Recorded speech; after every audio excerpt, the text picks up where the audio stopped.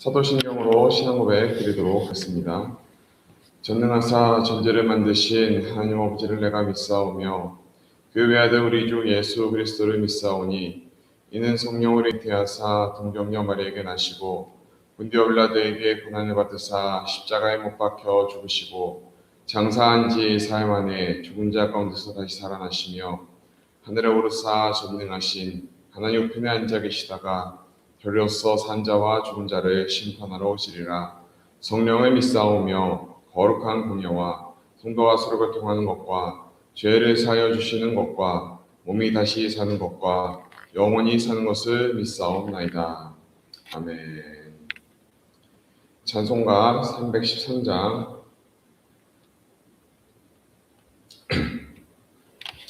찬송가 313장 새찬송가 524장입니다.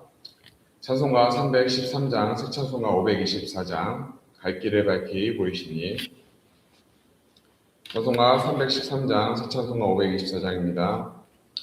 갈 길을 밝히 보이시니 진행드리겠습니다. 갈 길을 밝히 보이시니 주 앞에 빨리 나갑시다.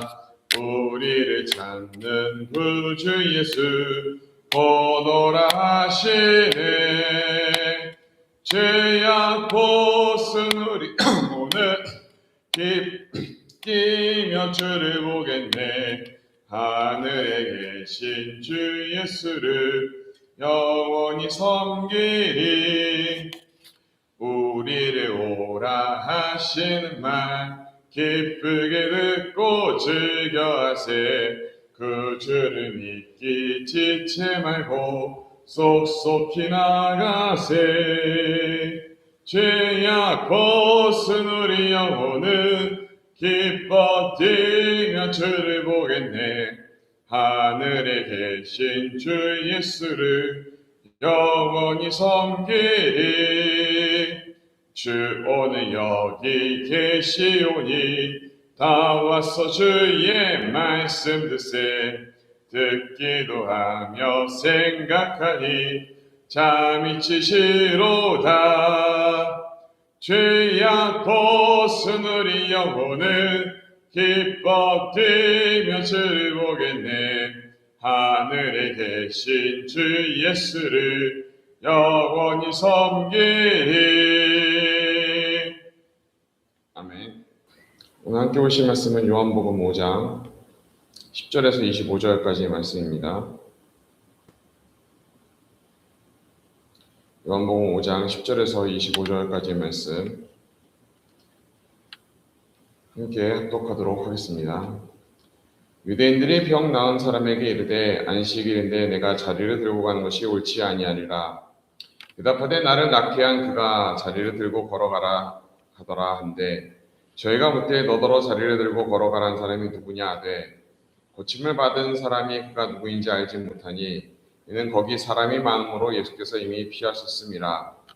그 후에 예수께서 성전에서 그 사람을 만나 이르시되 보라 내가 나았으니 더 심한 것이 생기지 않게 다시는 죄를 범치 말라 하시니 그 사람이 유대인들에게 가서 자기를 고치는 예수라 아니라. 그러므로 안식일에 이러한 일을 행하신다 하여 유대인들이 예수를 핍박하게 된지라. 예수께서 저에게 이르시되 내 아버지께서 이제까지 일하시니 나도 일한다 하시매 유대인들의 일을 인하여 더욱 예수를 죽이고자 하니 이는 안식일만 범할 뿐 아니라 하나님을 자기 친아버지라 하여 자기를 하나님과 동등으로 삼으심이러라. 그러므로 예수께서 저에게 이르시되 내가 진실로 진실로 너에게 이르노니 아들이 아버지 하시는 일을 보지 않고는 아무것도 스스로 할 수 없나니 아버지께서 행하시는 그것을 아들도 그와 같이 행하느니라. 아버지께서 아들을 사랑하사 자기 행하시는 것을 다 아들에게 보이시고 또 그보다 더 큰 일을 보이사 너희로 기이 여기게 하시니라. 아버지께서 죽은 자들을 일으켜 살리신 같이 아들도 자기의 원하는 자들을 살리느니라. 아버지께서 아무도 심판하지 아니하시고 심판을 다 아들에게 맡기셨으니 이는 모든 사람으로 아버지를 공경하는 것 같이 아들을 공경하게 하려 하심이라. 아들을 공경치 아니하는 자는 그를 보내신 아버지를 공경치 아니하느니라. 내가 진실로 진실로 너에게 이르노니 내 말을 듣고 또 나를 보내신 이를 믿는 자는 영생을 얻었고 심판에 이르지 아니하나니 사망에서 생명으로 옮겼느니라. 진실로 진실로 너에게 이르노니 죽은 자들이 하나님의 아들의 음성을 들을 때가 오나니 곧 이때라. 듣는 자는 살아나리라. 아멘. 요즘에 참 시끄러운 이야기들이 많습니다. 단순히 뭐 세계 정세뿐만 아니라 교회에서 시끄러운 이야기 많은데 그런 시끄러운 이야기들을 좀 뒤로 하고요. 여행을 떠나는 이야기가 요즘 좀 제 눈에 들어와서 여행 가는 이야기들을 좀 본 적이 있어요. 그 중에서도 좀 두 사람이 비교가 됐었는데 이 두 사람이 공통점과 차이점이 있어가지고 비교가 됐습니다. 하나는 당연히 뭐 외국 여행을 하는 거죠. 우리나라가 아니라 외국에서 여행을 하는데 한쪽은 베트남에서 여행을 하고 있었고 한쪽은 인도에서 여행을 하고 있습니다. 그런데 이 두 사람 다 공통점이 뭐냐면 똑같이 기차를 타고 여행을 해요. 뭐 사실 여행의 꽃 중에 하나가 기차를 타고 여행하는 거 아니겠습니까만 기차를 타고 여행을 하는데 이 두 사람이 선택이 각각 달랐습니다. 한 사람은 내가 현지에 왔으니까 나는 이 현지인들이 타고 다니는 일반 칸에 탑승을 했고 다른 한 사람은 그래도 내가 여기서 좀 안 되겠다 해서 인도에 가시는 분은 특별한 칸이라고 해야 되겠죠. 1등 칸. 가장 좋은 칸을 기차편을 끊어서 탔어요. 그리고 나서 이제 8시간 동안 두 사람 다 여행을 하면서 이런저런 일들을 겪고 또 저희 목적지로 갔는데 중요한 거는 이 두 사람 다 굉장히 힘들어했다라는 거예요. 뭐 당연히 일반석에 탄 사람은 말할 것도 없이 힘들었는데 중요한 거는 아무리 좋은 칸에 탔다고 할지라도 이게 우리나라에서 기차를 타던 거에 비해서 굉장히 불편하다라는 건 어쩔 수 없다는 거죠. 그러다 보니까 어찌 보면은 좀 아쉬운 게 이런 것 같아요. 내가 이왕이면은 좀 편하게 여행을 하겠다라는 생각으로 좋은 칸을 탔다면은 그게 별로 효과가 없었다는 거죠. 차라리 그냥 일반적인 사람들하고 부대낄 수 있는 칸에 타는 게 더 재밌지 않았나. 물론 괴로운 건 똑같습니다. 중요한 사실은 이런 것 같아요. 아무리 내가 좋은 곳에 있든 나쁜 곳에 있든지 간에 사람이라는 거는요. 결국 불만이라는 것이 생기게 됩니다. 그리고 내가 좀 더 편하고 좀 더 좋은 자리에 있고 싶어 하는 건 역시 사람이 갖고 있는 보편적인 마음이다라고 할 수 있겠죠. 근데 우리의 삶은요, 늘 1등 칸을 타든 진칸을 타든 결국은 문제가 생깁니다. 결국은 어려운 일이 생기고 결국은 투덜투덜할 수밖에 없는 일들이 생긴다라는 거죠. 어찌 보면 오늘 말씀 가운데 나왔던 이 38년 병자도 그런 모습을 좀 가지고 있었다라는 생각이 들기도 해요.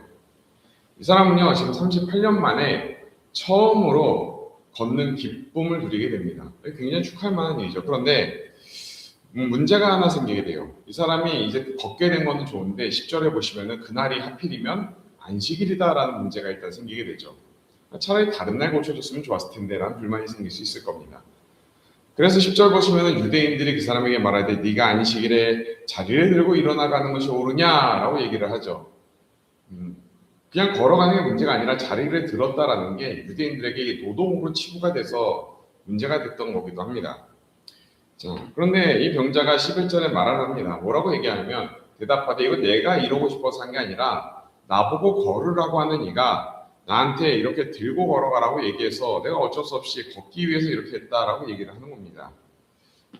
그런데 이거는 좀 생각해 볼 문제가 있어요. 뭐냐면 이 사람이 만약에 안 일어나고 그냥 주저앉아 있었다면은 이런 문제는 생기지 않았다라는 거죠.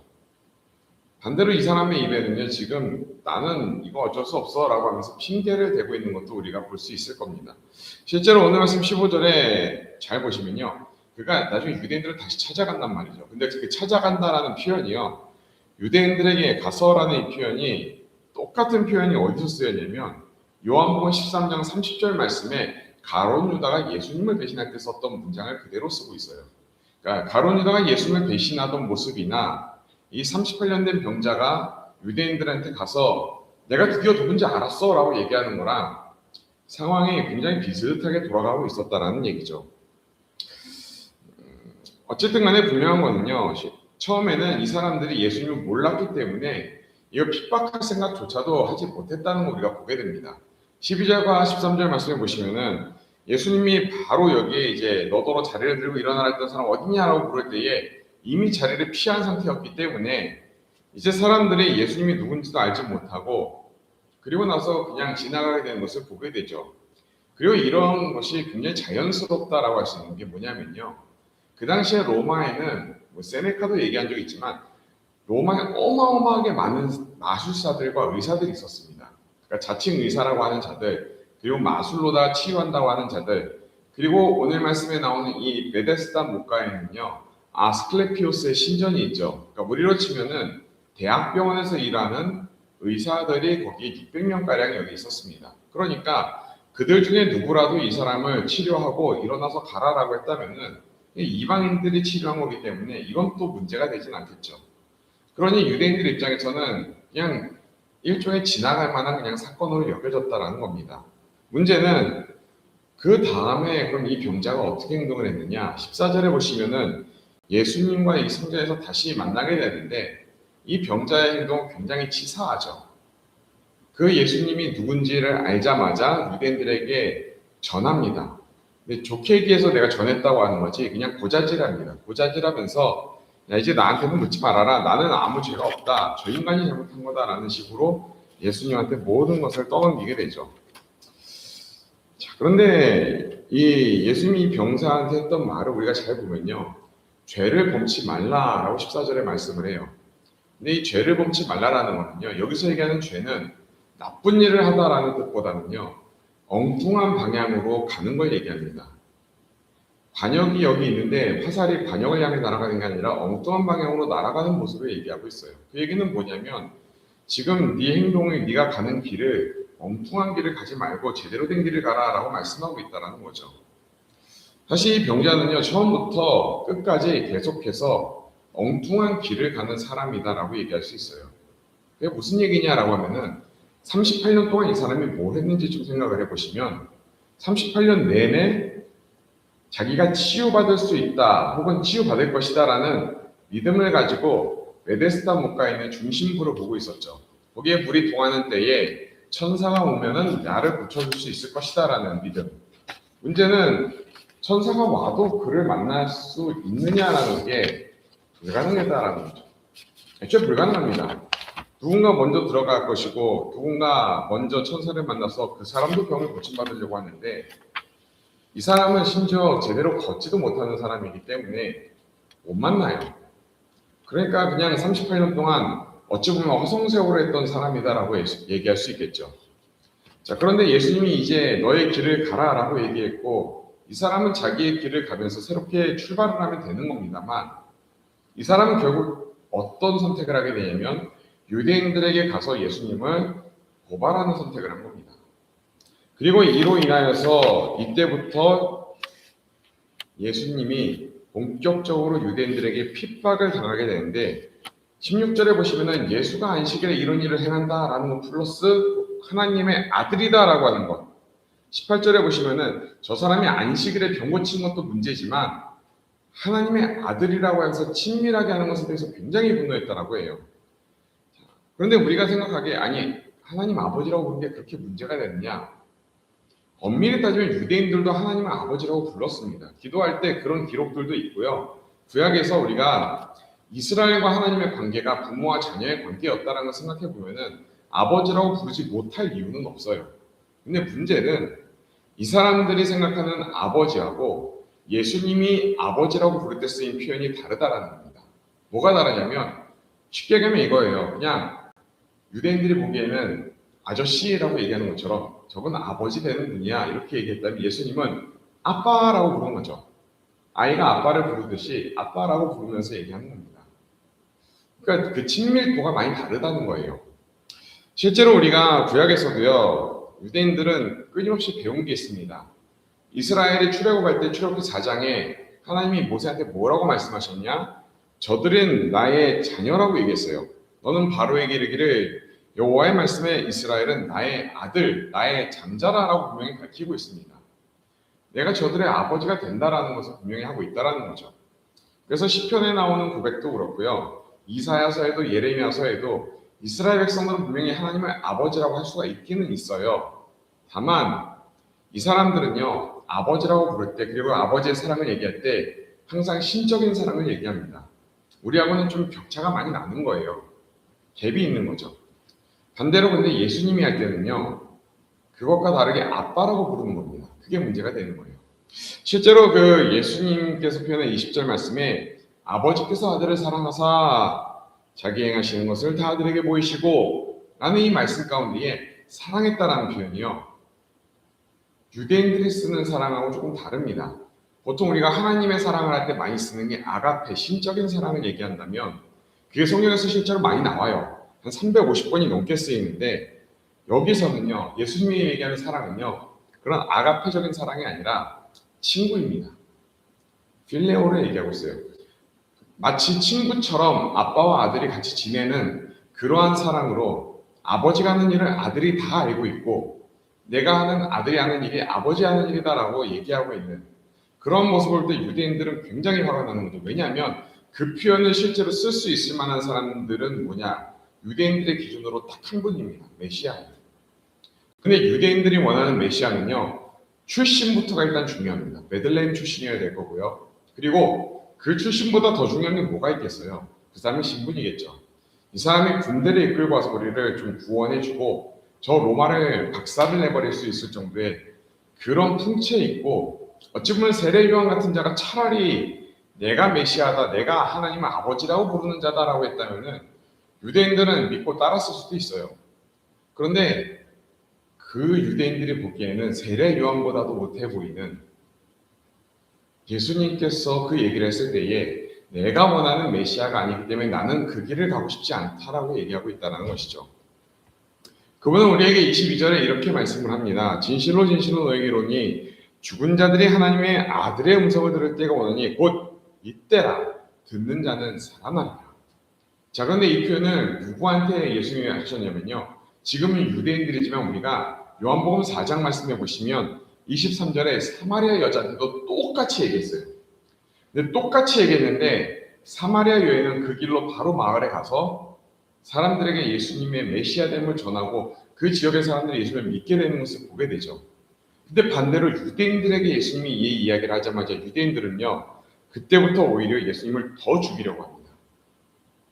나는 내가 원하는 메시아가 아니기 때문에 당신과 같은 길을 갈 생각이 없다라고 얘기하는 거죠.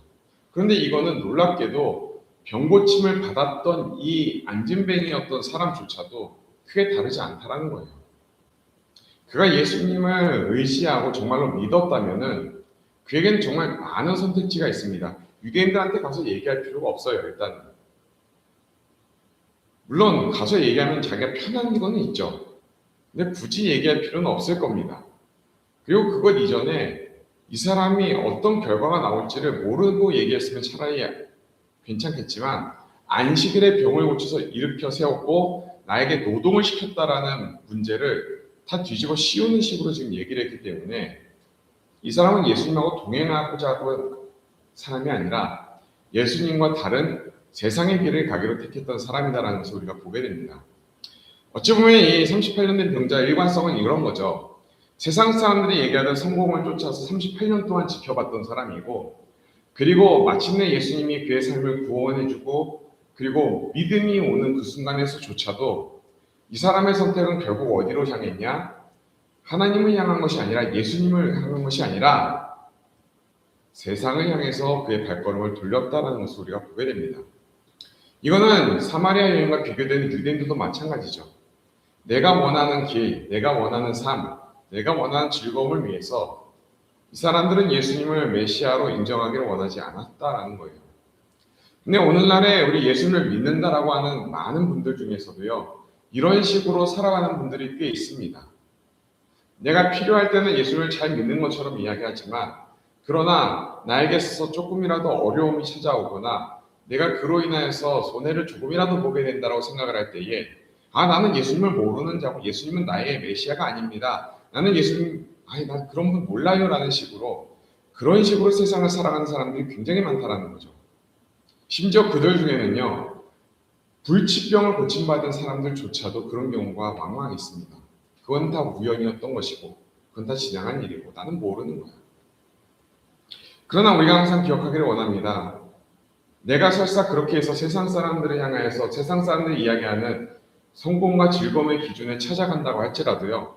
결국은 또 그 자리에서 다시 무엇을 느끼게 되냐면 불편함과 원망을 느낄 수밖에 없어요. 이 병자는 예수님이 고침받은 걸로 인하여서 순간적으로 가장 큰 위험을 벗어난 것 같지만 그러나 그의 삶은 그렇게 편하진 않을 겁니다. 오히려 나중에 계속 후회하는 삶이 될 수도 있죠. 왜냐하면 예수님은 그에게 분명히 경고를 했었는데 그는 그 경고를 무시하고 유대인들을 택했기 때문입니다. 우리도 이 땅을 살아가면서 굉장히 많은 실수들을 범할 때가 있어요.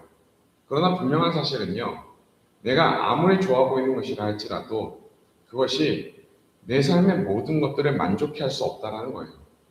결국은 사마리아 여인에게 했던 말처럼 다시 갈증이 날 수밖에 없고요. 다시 목마름을 체감할 수밖에 없는 게 우리의 삶입니다. 그때 예수님이 그 여인에게 했던 말은 내가 너에게 영원히 목마르지 않는 생수를 주겠다라고 하셨죠. 유대인들도 만약에 예수님을 의지했다면 똑같이 예수님은 말씀하셨을 겁니다. 아니, 오히려 나중에 다시 말씀하겠지만 유대인들이 가장 중요한 행사 때 예수님은 이 말을 공개적으로 외치기도 했어요. 그러나 유대인들은 그것을 원치 않았죠. 왜냐하면 나에게 목마른 것도 중요하지만 지금 내가 원하는 것은 그 반석에서 나오는 물이 아니라 내가 원하는 곳에서 퍼낸 우물물이 나에게 더 소중하다라고 얘기하는 것이 유대인들이기 때문이기도 합니다.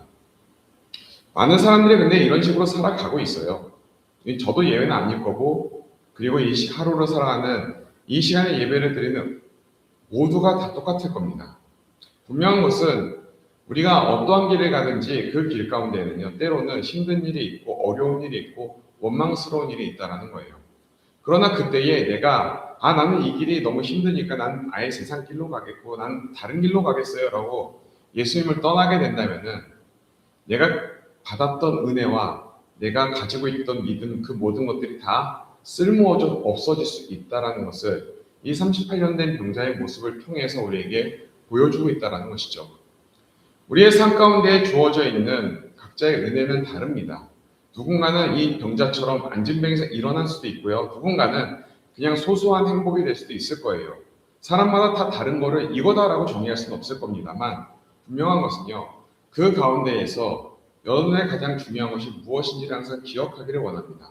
여러분들과 동행하는 예수님이 항상 여러분들과 함께하고 계시다라는 것을 그것을 기억하시면서 이 땅을 살아갈 때 때로는 내가 원망스러운 일이 있고 어려운 일을 마주한다고 할지라도 주님 안에서 그 모든 것들을 극복해 나아갈 수 있도록 기도와 말씀으로 항상 깨어서 예수님과 더욱더 친밀하게 나아가실 수 있는 그러므로 말미암아 예수님께서 하나님을 향해서 하나님과 예수님의 사랑의 관계가 마치 친구의 관계였던 것처럼 여러분들의 삶 가운데에도 그러한 친구의 관계로서 동행하고 계시는 그 주님의 사랑이 여러분들과 항상 동행하며 끊어지지 아니하기를 그리고 오늘 하루 가운데에도 주님 안에서 여러분들의 여러 문제들과 어려움과 생각들을 맡기며 살아갈 수 있는 그러한 저와 여러분 될 수 있기를 주의 이름으로 축원합니다. 기도하겠습니다. 사랑하는 하나님 아버지 하나님 감사합니다. 우리는 너무나도 어려운 시대를 살아갑니다. 물론 어렵지 않았던 시대가 언제 있겠겠나는 아버지 하나님이시여 시대에 따라서 그 어려움이 다를 수도 있고 모양은 다를 수 있지만 늘 우리는 어려움을 마주하게 됩니다. 그러나 그때의 아버지 하나님 38년 된 병자가 예수님이 아닌 유대인들을 찾아갔던 것처럼 우리들 또한 아버지 하나님이시여 내 편안과 내 즐거움을 위하여서 예수님을 떠나고 있는 것이 아닌지를 항상 돌아보게 하여 주시옵소서. 우리가 믿음 안에서 주님과 동행할 수 있게 하여 주옵시고 항상 주님을 떠나지 않는 그러한 믿음의 자녀의 삶을 살아가도록 역사하여 주시옵소서. 이 하루도 주님께서 동행하시며 함께하여 주실 것을 믿사옵고 감사드리며 살아계신 우리 주 예수 그리스도 이름으로 기도드립니다. 아멘. 주기도문을 읽도록 하겠습니다. 하늘에 계신 우리 아버지여 이름이 거룩히 여김을 받으시오며 나라의 마옵시며 뜻이 하늘에서 이룬 것 같이 땅에서도 이루어지리라. 오늘날 우리에게 일용할 양식을 주옵시고 우리가 우리에게 죄 지은 자를 사하여 준 것 같이 우리 죄를 사하여 주옵시고 우리를 시험에 들게 하지 마옵시고 다만 악에서 구하옵소서. 되게 나라와 권세와 영광이 아버지께 영원히 싸움나이다. 아멘.